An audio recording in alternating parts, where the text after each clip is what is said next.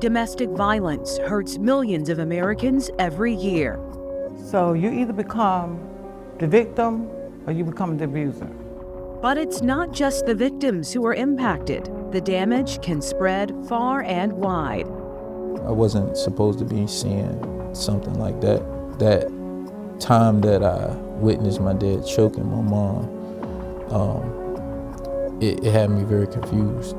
WTKR News 3 and Samaritan House coming together to shine a light on the ripple effect of domestic violence. Thank you for joining us for this important conversation. I'm News 3 anchor Jessica Larche. And over the next hour, we will discuss how domestic violence impacts everyone differently. We will hear from survivors along with their friends and family. We will dive into resources that can help. And we'll learn how we can take action in the fight against domestic violence. We begin our conversation with a survivor whose name and face you may recognize. You have seen her in the movie Freedom Riders and TV series like Law and Order and Dexter. But behind the scenes, she survived teen dating violence, domestic violence. She has now dedicated her life to helping others, and that includes a special relationship with Samaritan House here at home. Please welcome April Hernandez Castillo joining me now. April, thank you for being with us. Thank you. I'm so happy to be here. You have a light that shines through you. Thank you, darling. And you're able to see that joy. Right. But there was a time where there was a darkness that threatened that joy. Tell me about that experience when you were a 16-year-old. So I was in an abusive relationship from the age of 16 to about 19 and a half. And when I first met him, he was romantic, and he was something I had never experienced. He looked different from all of the guys I ever dated. And next thing you know, I don't remember how long it took for the abuse to begin, but once it started, it definitely was fast and intense. And so for the next 3.5 years, which was pivotal, right? Because you're a teenager, you're in high school, you're getting ready to go to college, and the whole time I'm just trying to survive. And no one knew about my abuse, especially back then. No one ever spoke about intimate partner violence, domestic violence. And I went to Catholic school, so I definitely wasn't even supposed to be in a relationship, right? And so it was terrifying. Also the shame, because I grew up in a 2-parent home. I had a father, I had a mother, so I wasn't the typical or what people assume a victim should be. I had a great relationship with my father, never, he was present, no sexual assault, anything like that. So abuse can happen to anyone at any time. And I think that is so important for us to share, because there's no other predetermining factors. It can happen to anyone, anytime. Why were you afraid to tell your family about what you were enduring? Number one, I didn't know how my abuser would react. Number two, I felt like I had to protect them. And once again, as a young woman, you feel like I'd rather take all of this than tell my family. Number three, I had a crazy Puerto Rican father. And I just instinctively knew that he would react in a way that, of course, right? I'm his daughter, as any father would want to react or should react. And I just felt like, I don't know, I think if I say something worse would happen. And I couldn't imagine me losing my father. To someone who was so evil, because that man was evil. And so the thought of losing my father in any capacity, whether it would just, him not being on this earth or him having to serve time in jail, which probably would have happened, I just couldn't bear it. How far did the abuse go, and how did you finally step into the light? How did you get out of it? Well, it was getting to the place that I just kept waking up and thinking, I think he can definitely take my life, right? And I knew that this wasn't meant for me. I just knew it. Maybe it was all of the times that my father would always tell me as a little girl, a man who loves you will honor you, will treat you like a queen. And that seed just never went away.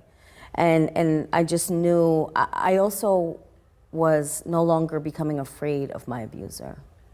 Was it physical and emotional? Yes, physical, emotional, verbal, all the lists that you can go down. And so I just knew this wasn't for me, and I didn't want to leave this earth. And so it got to the place where we had a huge fight, and I didn't think I was going to make it out alive. Now, I didn't leave, right? I stayed once again because I just didn't know how to get out. And then one day I woke up and I didn't want to live anymore. And no one was ever having conversations about suicidal ideations. But I just knew I can't be on this earth with this kind of pain anymore. And maybe if I don't wake up ever again, then I won't have to deal with it. Oh, wow. Right? I'm about maybe 18, 19. As an 18, 19-year-old, you're supposed to be getting ready to go to college. And I'm thinking about not waking up. And so I made a decision. I said, God, if you are real, I need you to save me. And I promise, if you save me, I'll do something with my voice one day. And really, that's what it took. I found this courage, this strength to finally break it off. And I called my abuser, and he came over, and he didn't obviously leave without a fight, literally without a fight. And when he left my house, he destroyed all the property in the building, damaged the mailbox, the elevators. It was just really horrible. But I never saw him again. Wow. And that is not, like, that's rare. That's very rare for especially being so young and having this insight of, like, I know that this is not for me. And also understanding one day I will do something with this. I just didn't know how. And you're living in the how now. I'm living in the how. I'm living in the promise. You are living in the promise. Yeah. You broke free. You met the love of your life. I did. You've been married almost 20 years now. Yes. And you also, we talk about the spotlight that we see with you in Freedom Writers, but that inspired you because you've written a book. Right. You've talked to other survivors. What does that mean for you to use the darkness you were in to help bring others into the light and the promise that you're living in now? Oh, it's making your mess into a message. And I didn't realize the power of speaking up, the power of story, until I was in Freedom Writers. I had no clue the impact that movie would have on me personally as a young woman. So I didn't share my story, my DV story, until about 10 years after I left.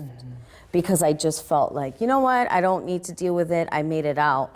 But when you don't deal with your life, life will deal with you. Indeed, yes. And when you don't deal with your trauma will deal with you eventually. And I knew that I didn't want to be a celebrity who was not educated. I knew that I had to educate myself. I wanted to understand the mindset of someone who stays in that kind of relationship, and why did I stay in that relationship? And what I discovered was that abuse was in the generations before me. So it was generational. So my mother grew up in an abusive home. She was abused by her mother. My father experienced DV, watching his father abuse his mother. So I was like, oh. There are patterns that we have. The pattern was always there, and it caught me, and I was the one to break it. You were the one to break it. Yes. Wow. April, we thank you so much for your grace, your courage. Thank you. To share your story and help so many people break that pattern. Thank you. You're not going anywhere. We No. have a lot more to talk about Yes, with ma'am. you, so stick around. Thank you. In Virginia, 5,700 adults and kids received emergency shelter due to domestic violence. News 3 reporter Gabrielle Harmon shares the story of domestic violence, how it shook one local family, and how Samaritan House stepped in and changed their lives forever. But first, touched by domestic violence in more ways than one, we're sitting down with a woman who is both a survivor and a friend to someone killed by their abuser. But remember, help is available. If you need help, call the Samaritan House 24-hour crisis hotline at 757-430-2120 or scan the QR code on your screen.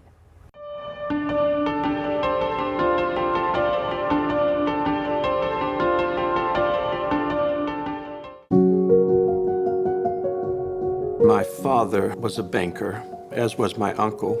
I remember them telling me that a banker in the 60s was sort of like a public servant. Pretty much anything that happened in town, a banker would typically be leading the effort.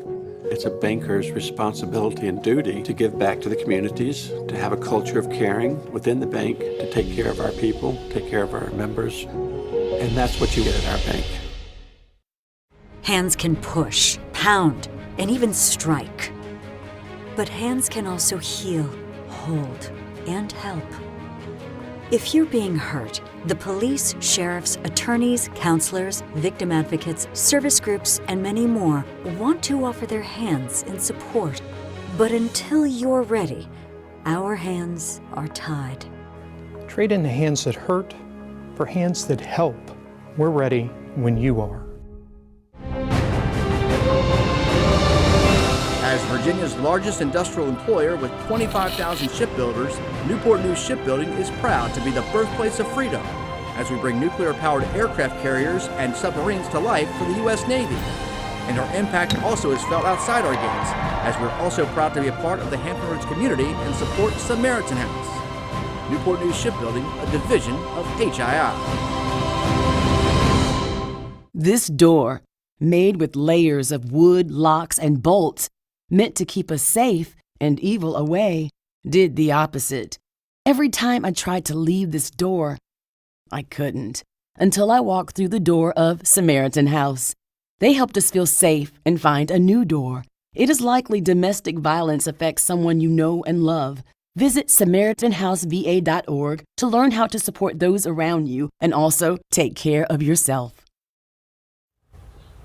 Welcome back to this WTKR News 3 special report, Domestic Violence, the Ripple Effect. We just spoke with actress and advocate April Hernandez Castillo about her own experiences. And joining us now is Christina Vega. She is both a survivor and a friend to someone who was killed by their abuser. She is a partner with Samaritan House, as they both are, and founder and president of Love Shouldn't Hurt Philly. April and Christina, thank you again. Thank you so much for being so open with us about your experiences. How did you two become partners in this journey?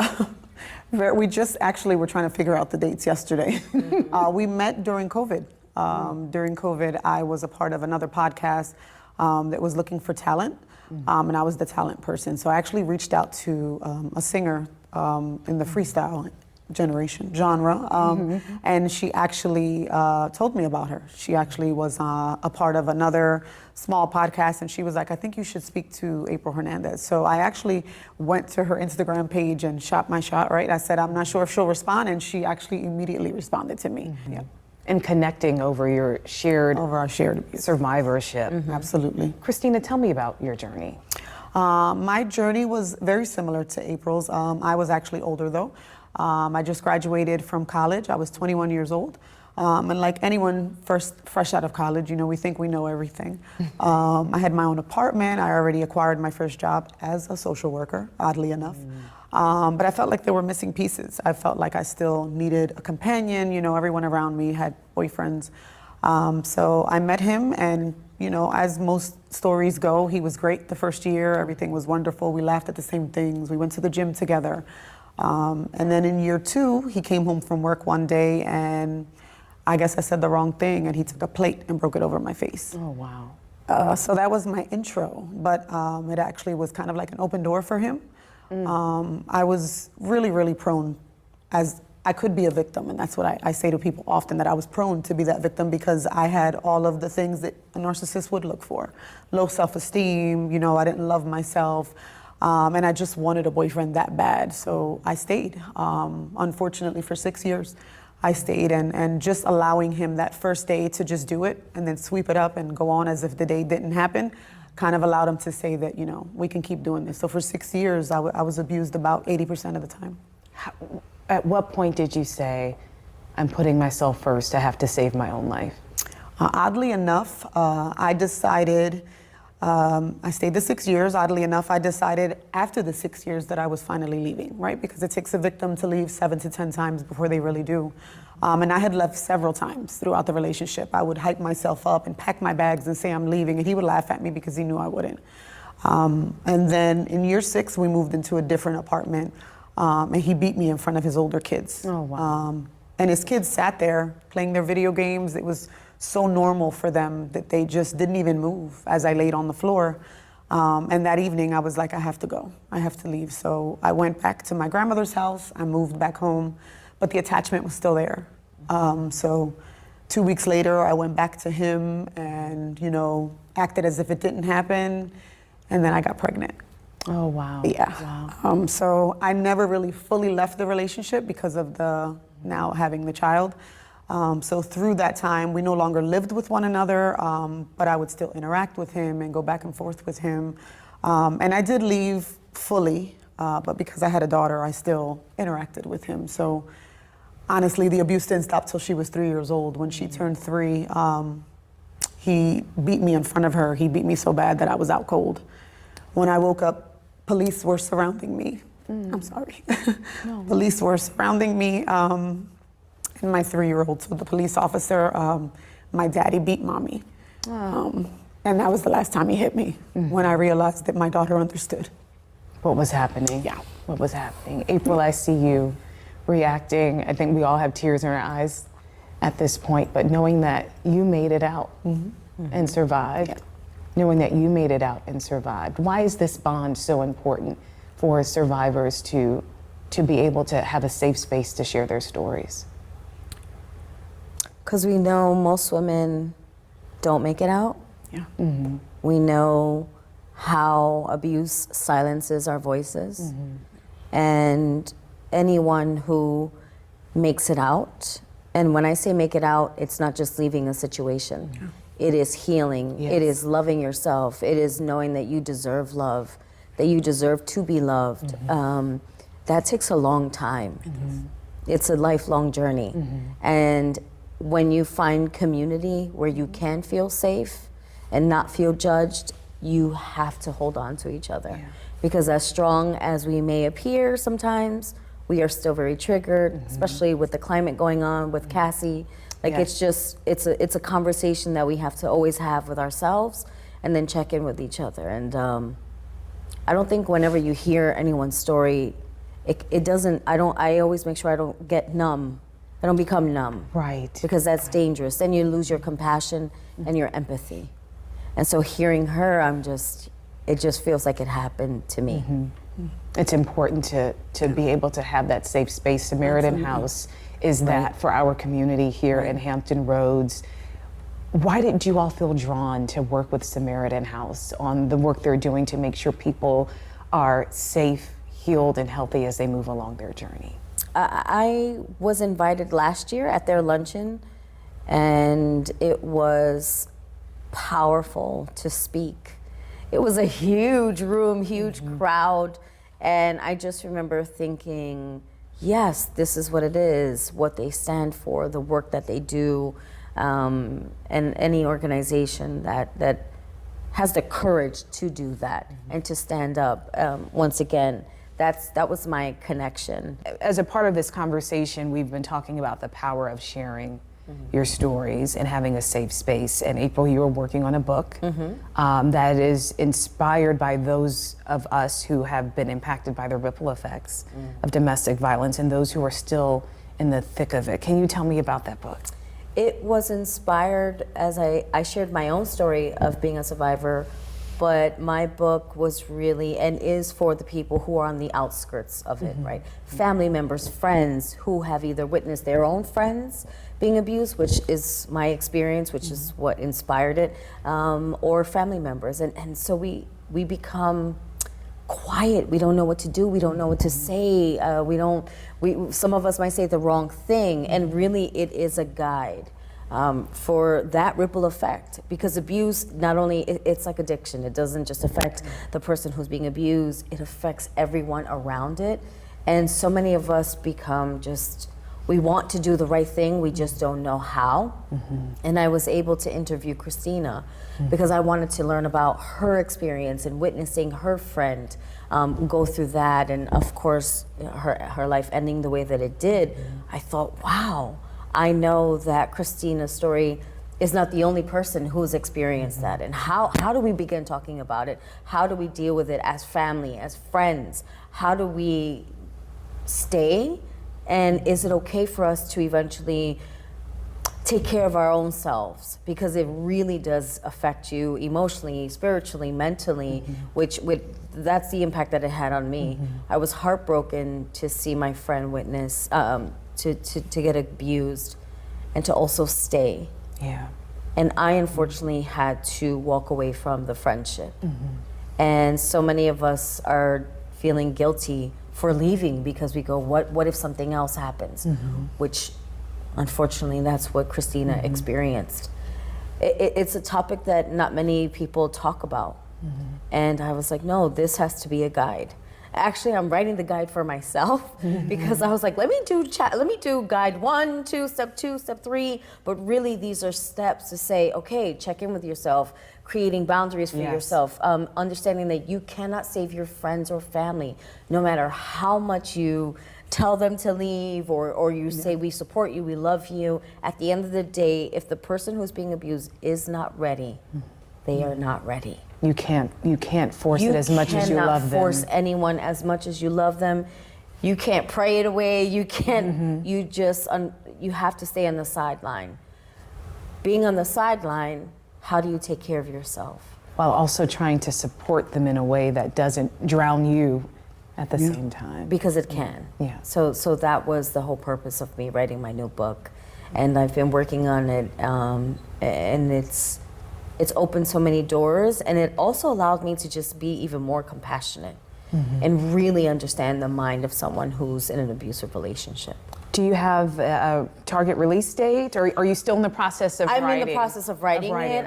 It would definitely be out for hopefully 2026. But it's taking a little longer because I've been interviewing other women.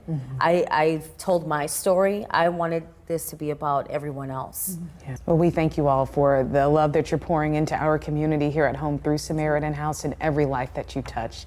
Thank you for opening up to us here. Thank you. Thank you. Still to come, a case that shocked the community. A local woman accused of shooting and killing her husband. The victim's mother is speaking out, sharing her warning for others. Hello, I'm April Woodard with Coast Live. Considering that 1 out of 3 women and 1 out of 4 men experience violence at the hands of an intimate partner, it is clear that domestic violence affects us all. After listening to April and Christina, you may have recognized someone in your life, your sister or friend, going through this right now. You may even be asking, what can I do? Well, now is the time to take action through a very simple act. Scan the QR code on the screen to help Samaritan House help people like April and Christina and countless others get the support that they need. You can stop the cycle, heal the trauma, slow the ripple effect of violence. Scan the code, change a life right now.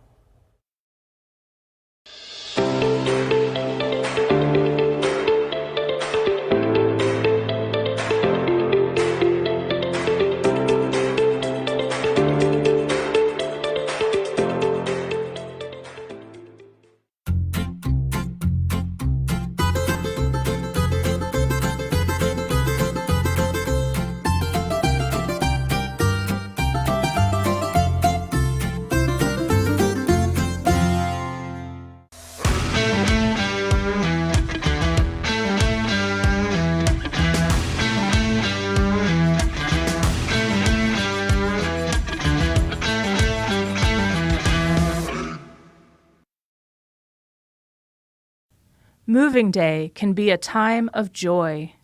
Samaritan House helps victims of domestic violence find their own place to live, where they can rest their head, safe from their abuser. Over 98% of families we serve remain permanently housed after 12 months.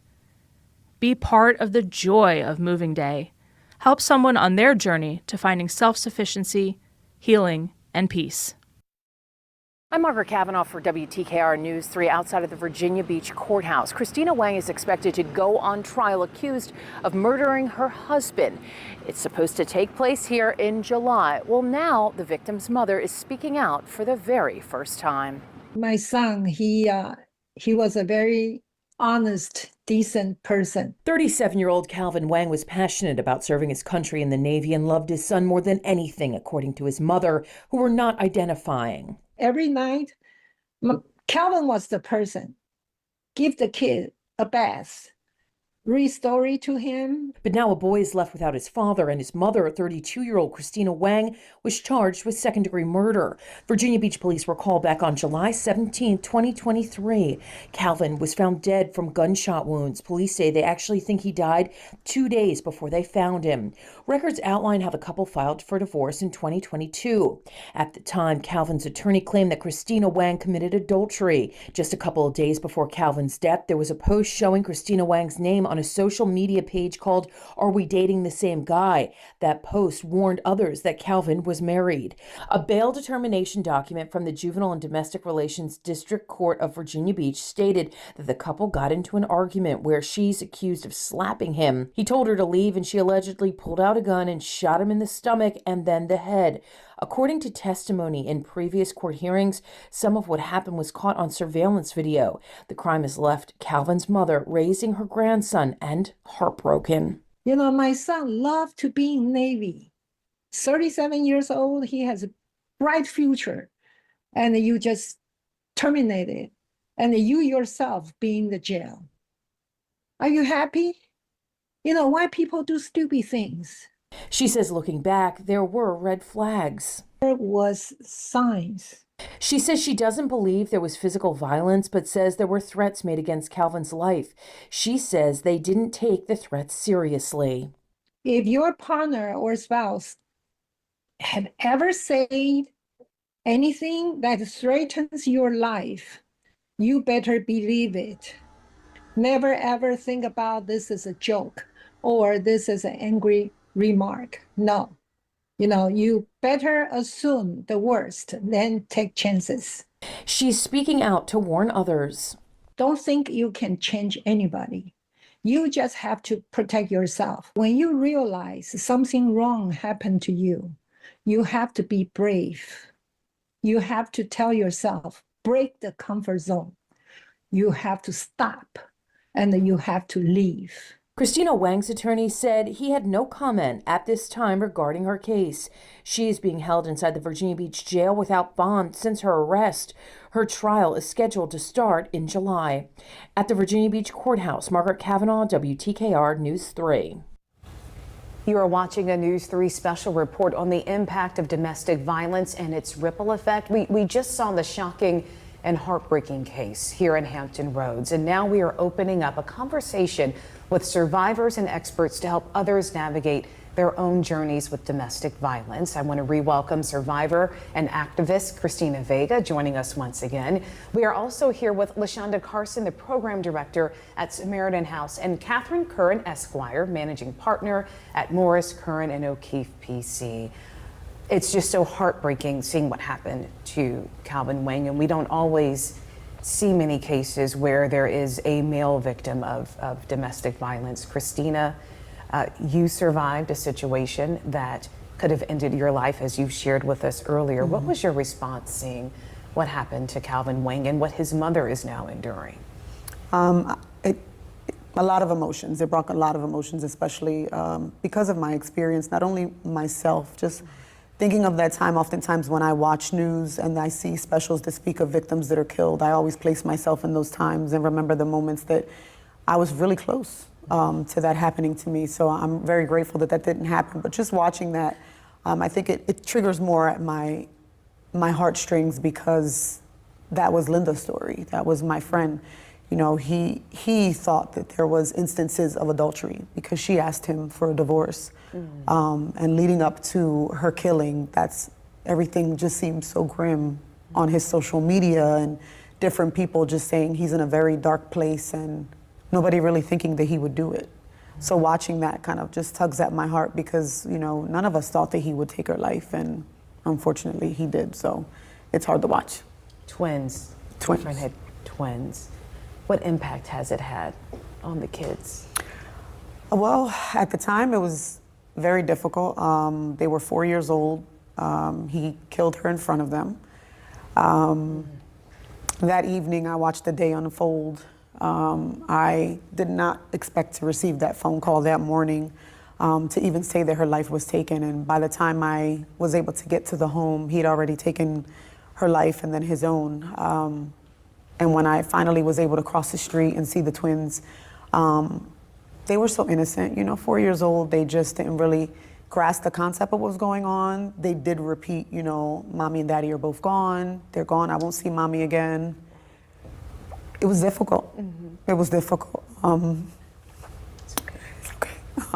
I spent that evening with them. They were taken from the home to their babysitter's home, and myself and another friend sat with the twins at their house. And the girls didn't say much throughout the day, but when we sat with them that night, I sat alone with them in the room as the babysitter was bathing.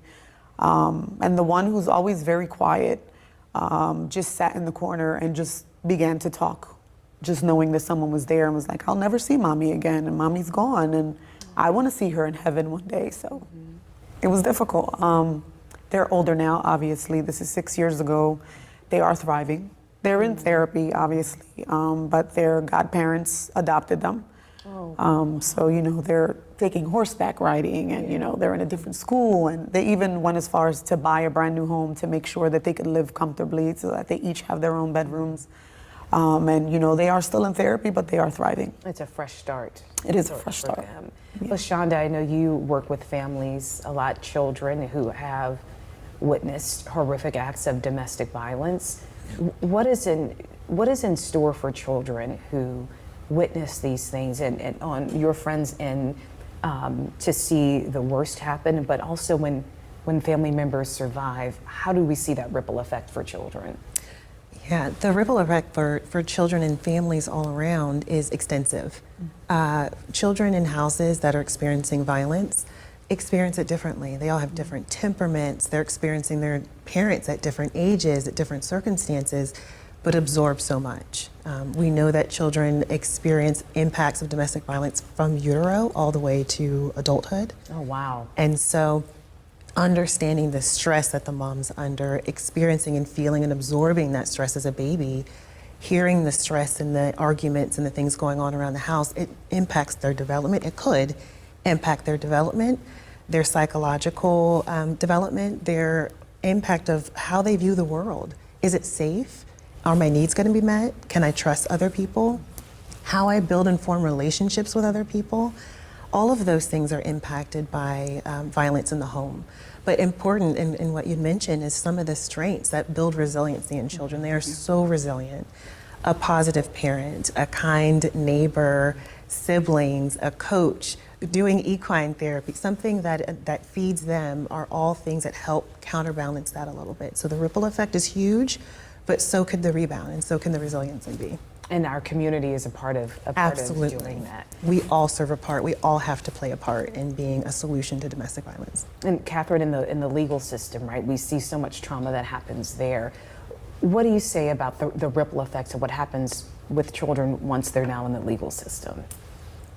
So I work with children in the legal system, sometimes in custody and visitation situations where maybe someone hasn't come forward that they're being abused, and I'm representing the child in that situation, and I'm investigating what is going on and talking to both parents. Very often those dynamics can be revealed in the control of things. And when you're speaking to a child about what they are observing, like you said, children only know what they know. They have only been exposed to the environment that they have seen. And so you can tell sometimes that a child has been exposed to domestic violence because their understanding of what might be normal will be something very different than what you would want it to be. Because they've been exposed to domestic violence over and over again, they perceive that control or an imbalance of power in a relationship as a normal thing. And it's really important, I think, as April was saying earlier, and just as you mentioned, the community can, to validate the feeling that they have. inside that that's not normal. Because most of the time there is that feeling of incongruency within them. And we can all love on kids in these situations. Thank you so much for talking about this and making sure that we take care of the babies too. You're cheating, but you put a knife to my throat. Nobody knew. A mother's love knows no boundaries. Coming up, I'll tell you how one mom decided to make a change for her kids, all with the help of a Hampton Roads organization. Hi, I'm Chandler Nunnally, co-host of Coast Live. Part of the tragedy of Calvin Wang's death was also leaving a young son behind, a child who lost both parents in an instant and will carry that with him for the rest of his life. And sadly, he's not the only one affected this way by domestic violence here in Hampton Roads. Samaritan House understands the ripple effect of domestic violence can change the trajectory of a child's life. But this doesn't have to be the case. With your support, we can help these children live happier, healthier lives. Scan the QR code on your screen, make a donation, and help slow the ripple effect of violence. Scan the code, change a life.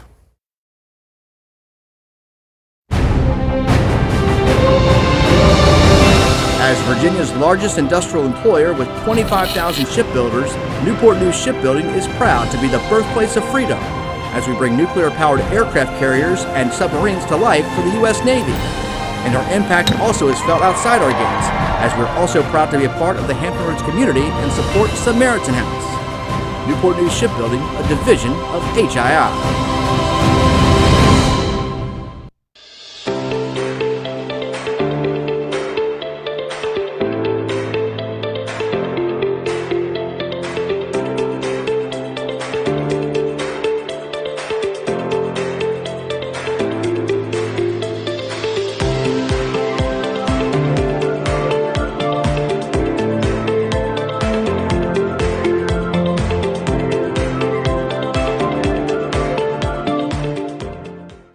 A child who witnesses or experiences violence is 6 times more likely to become an abuser themselves. Let's stop that cycle before it even begins. Samaritan House's primary prevention team teaches children and teens what to do when they see someone experiencing violence or are victims themselves. Support for these programs is critical. Give these children a chance to live happy, healthy lives free from the ripple effects of trauma and abuse. Hands can push, pound, and even strike. But hands can also heal, hold, and help. If you're being hurt, the police, sheriffs, attorneys, counselors, victim advocates, service groups, and many more want to offer their hands in support. But until you're ready, our hands are tied. Trade in the hands that hurt for hands that help. We're ready when you are. There's this saying, if you build it, they will come. Well, that's not the case anymore. If you can't show it, they won't know it. If you can't explain why, they won't buy. Call us today. We got some explaining to do. A mother's love knows no boundaries. I'm Gabrielle Harmon, and the story you're about to hear is about one mom who decided to make a change for her children, all with the help of a Hampton Roads organization, Samaritan House. And that mom tells me her story is still being written and that she hopes it helps at least one person. The secrets that you keep, it literally makes you sick. For years, Tarantula Nicholson kept her secret hidden. I became a mother before I became a woman. And so I got pregnant at 17 by my abuser and had my first child at 18. I called that my Color Purple chapter. You know, I got my first engagement ring after a bunch of toxic drama. You're cheating, but you put a knife to my throat. Nobody knew. But one day, her secret was discovered by her 2 children, whom she had been shielding it from. And I look back on how protective I was because I was never protected. So you either become the victim or you become the abuser. It is very true. It's very true. It's very true. True for DeAndre, Tarantula's son, and at 5 years old, his world changed. I wasn't supposed to be seeing something like that, you know. I always, you know, seeing my mom and dad, you know, together in a positive space, you know, so that time that I witnessed my dad choking my mom, it had me very confused. The abuse definitely had an impact on my life. I took to the abuser.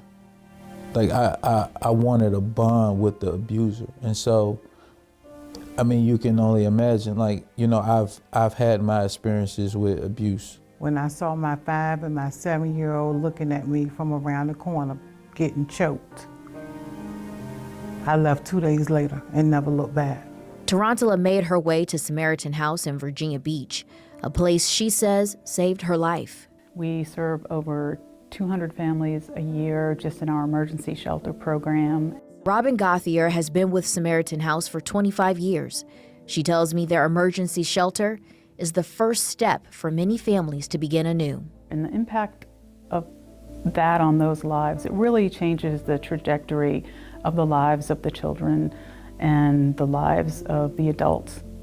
Nobody could do what Samaritan House did for me. Nobody had the resources, nobody had the wisdom, nobody had the plan, nobody had the house, nobody had the support. It has allowed my family, you know, to be, to really just pay it forward. While healing and mending the broken pieces, a full circle moment for both Tarantula and DeAndre as they help others through conversations and creativity. I was recently awarded for my contribution to mental health, and Samaritan House played a huge part in me beginning to tell that story. You know, and I'm just really thankful to get that time now, because, you know, I got who she was and I got who she is. And I'm very proud of who she is and who she's becoming. Gabrielle Harmon, WTKR News 3. You just watched the story of Tarantula Nicholson and how Samaritan House helped save her and her family from domestic violence. We're continuing the conversation now with her children, DeAndre Fulton and Tanika Woodhouse. Also, Catherine Curran Esquire is joining us now to also give light in this conversation when we're talking about children and domestic violence. But I have to ask you all, seeing your mom just stand up there so confident and strong, what is that like for the both of you? Tanika? I'm proud of her. She has been through a long journey throughout the years of trying to heal, and I think this is exactly what she needed. She's always been a protector. She's always held things in, you know, to try to protect her children. So I think this was a great outlet for her to be able to give her voice to people who are inspired by her story. Are you inspired by what you see when she's so resolute in that interview? I am. And to be honest, when I first saw it, I was surprised because that was the first time I heard some of the content in the video. So some of that was new news to me too. DeAndre, what was that like for you? I have to agree with what my sister said. You know, just proud of my mom for being able to share her story and, you know, hopefully help someone else through a similar experience. And I also learned some new things about my mom.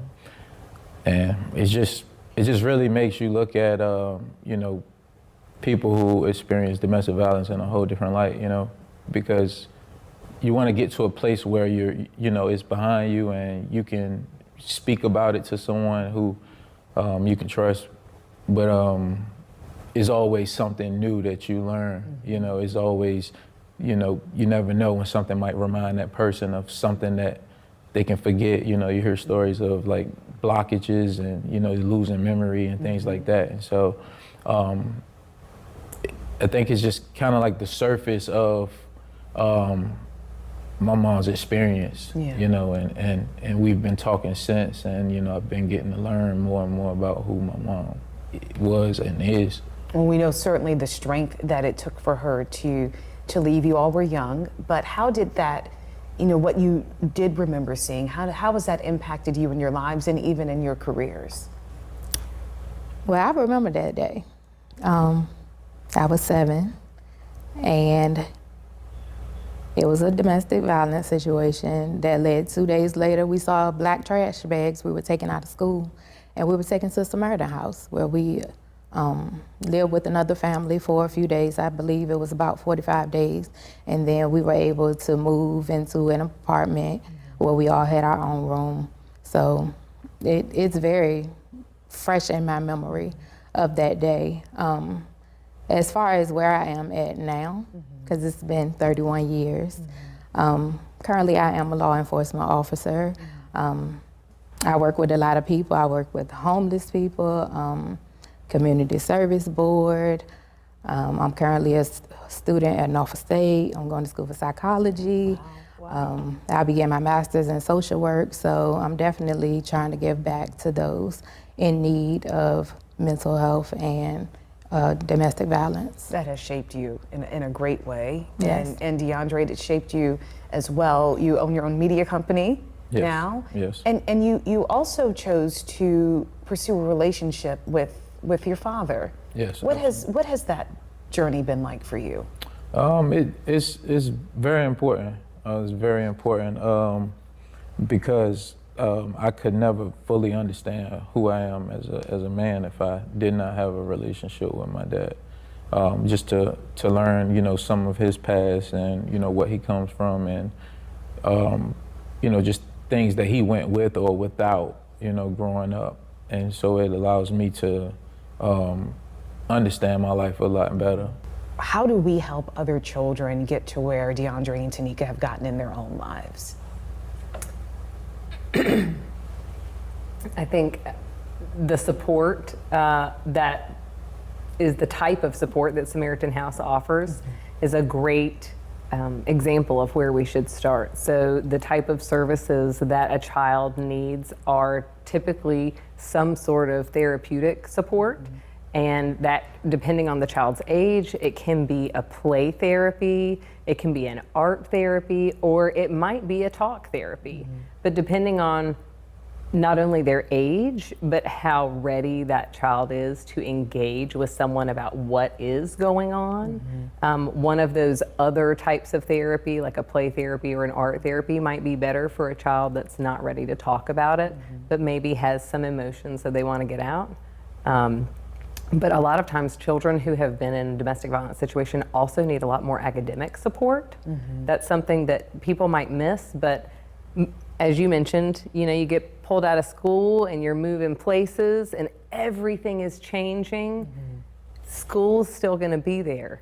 And that's one of those consistent things in a child's life that can be a really positive, supportive thing. So if they can do well in school and have positive connections at school, it's a really great way to be supportive for the community in children's lives when they're going through all of these other changes and confusing things that they're dealing with. Well, we are so grateful that you all are doing well as the journey evolves, and you see your mom again in that story just standing so strong in what she did for the two of you. Thank you all for sharing your journey with us. And thank you, Catherine. We've spent a lot of time talking about domestic violence situations, and next, we want to talk about the help that is available. We're diving into the resources for anyone experiencing domestic violence. That's next.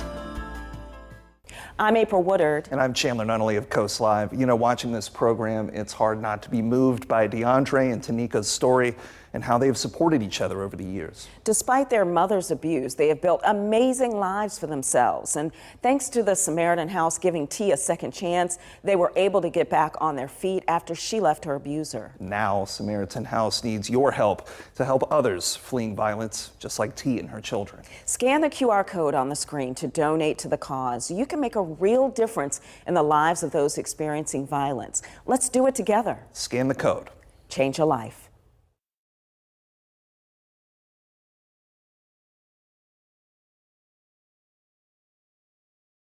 Most of the time, banking hasn't been for people like us.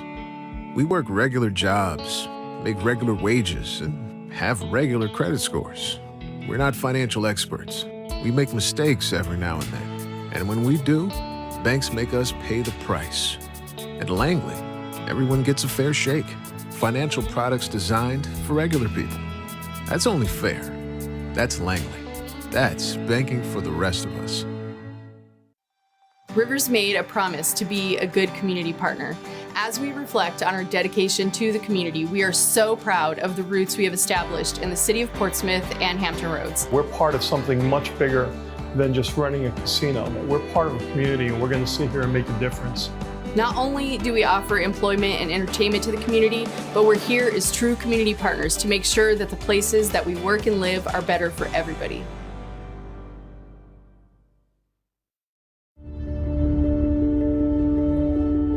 Welcome to The Hollow, a safe haven for child victims of trafficking and sexual exploitation. My name is Robin Gothier. I'm the Executive Director of Samaritan House, and I'm going to take you on a tour. Every resident of The Hollow will have their basic needs met, serving females between the ages of 11 and 17. Comfortable living spaces, 8 private bedrooms, including one that is fully ADA compliant, full kitchen, dining area, and an enclosed outdoor space with gardens, a recreation room for relaxation, fully equipped classroom for online learning, staff to participant ratio of 1:8, separate soft intake office and visitation areas, employs state-of-the-art security system with staff on site 24/7.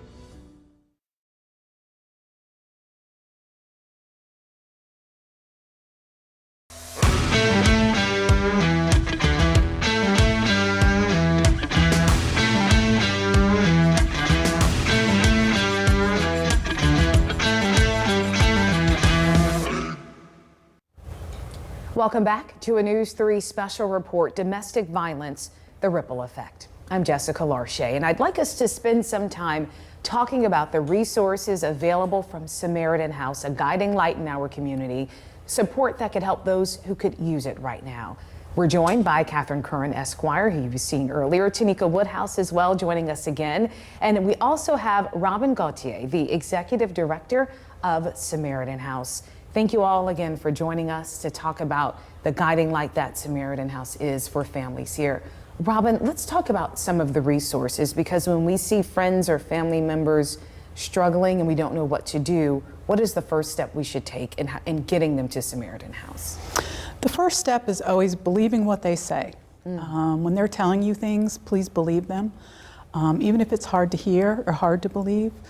And then one of the things you could do is direct them to our hotline, because when they contact our hotline, that can get them engaged in all of the services that we have at Samaritan House. And can you talk about what some of those services are, right? If there's someone watching right now who knows that they need help, but they don't know what's going to happen when I call, what's going to happen when I get there, what are some of the, walk us through that first phone call? Yeah, that's a perfect reason to call, right? You want to know what's available and what might be a good match for me. So some people need emergency shelter. They need to get out of the situation that they're in right away. They need safety, and some people don't. And so if they don't need maybe the physical safety, the shelter or housing, maybe they need to go to court. Maybe they need, for the first time, to report this to the police. And so you can have a victim advocate to sit side by side with you while you're reporting this incident of domestic violence. And Tanika, I want to talk about that too, because you were 7 years old when your mom left the domestic violence in your family. You remember staying at a Samaritan House home to get on your feet. What was that like for you as a child? Because there's a parent watching worried about what is this going to be like for my child. What do you remember about that time? It was a safe haven. It was different than the home that I knew. However, it was comforting. There was another family, I believe. It was a woman and she had 2 younger children. And they stayed in another room. Me and my brother, I believe we had our own room. And one of us shared a room with my mom, but it didn't feel uncomfortable. It was a little normalcy there. It was a different atmosphere, but it wasn't overwhelming. But it was a bridge to get to your next place. It was definitely a bridge. Yeah. And we weren't there, we were only there short term. I do know that it was a safe haven, so not a lot of people, we weren't able to really engage with our family too much, or, you know, no one really knew what we were.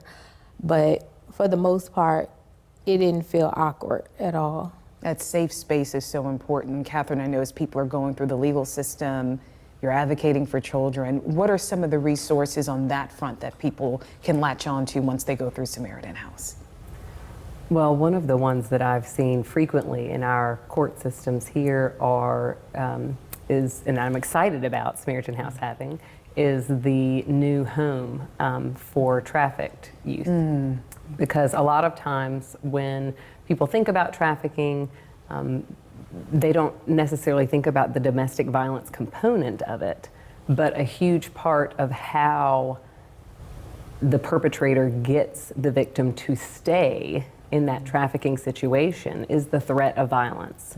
And the person is scared to leave the situation because they're scared that the person is going to physically harm them, and they have been harmed in the past.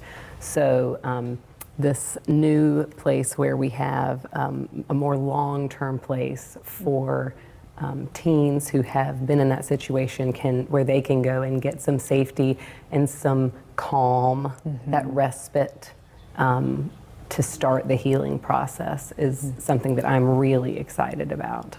Samaritan House is a safe place, and we're so grateful for the resources you've provided, and I'm praying that anyone who's watching who knows that this is some light they can hold on to will do that.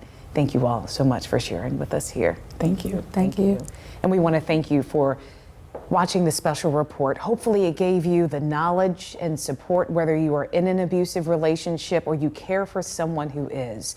There are resources available to you right now. You can get help at this hour by calling Samaritan House's crisis hotline at 757-430-2120. For all of us here at WTKR News 3 and Samaritan House, I'm Jessica Larche. Remember, you are not alone.